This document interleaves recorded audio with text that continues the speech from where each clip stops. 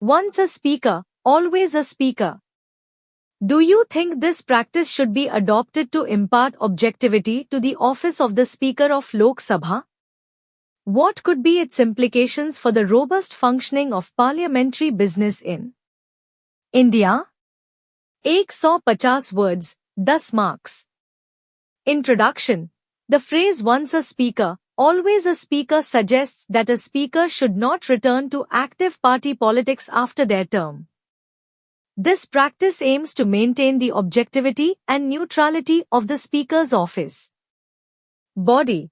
Potential benefits. Impartiality. This practice reinforces the impartiality of the speaker, ensuring they are not influenced by any political party during or after their term. Strengthening democracy. A neutral speaker fosters a healthier democratic process, promoting fair debate in the legislature. Enhancing credibility.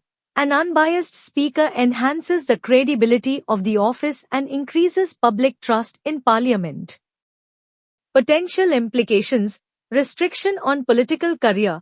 This practice limits the political career of the speaker, preventing them from returning to active politics. Reduced incentive for candidates. The inability to rejoin their party may deter qualified individuals from taking on the speaker role. Detachment from political realities. A speaker who is disconnected from active politics may struggle to manage parliamentary proceedings effectively. Constitutional challenges. Implementing this practice may face constitutional challenges, as it could infringe on an individual's right to participate in politics. Conclusion. It is essential to balance the need for impartiality with individuals' rights to engage in politics. Rather than imposing permanent restrictions, focusing on strengthening existing norms for the speaker's role can ensure effective parliamentary functioning.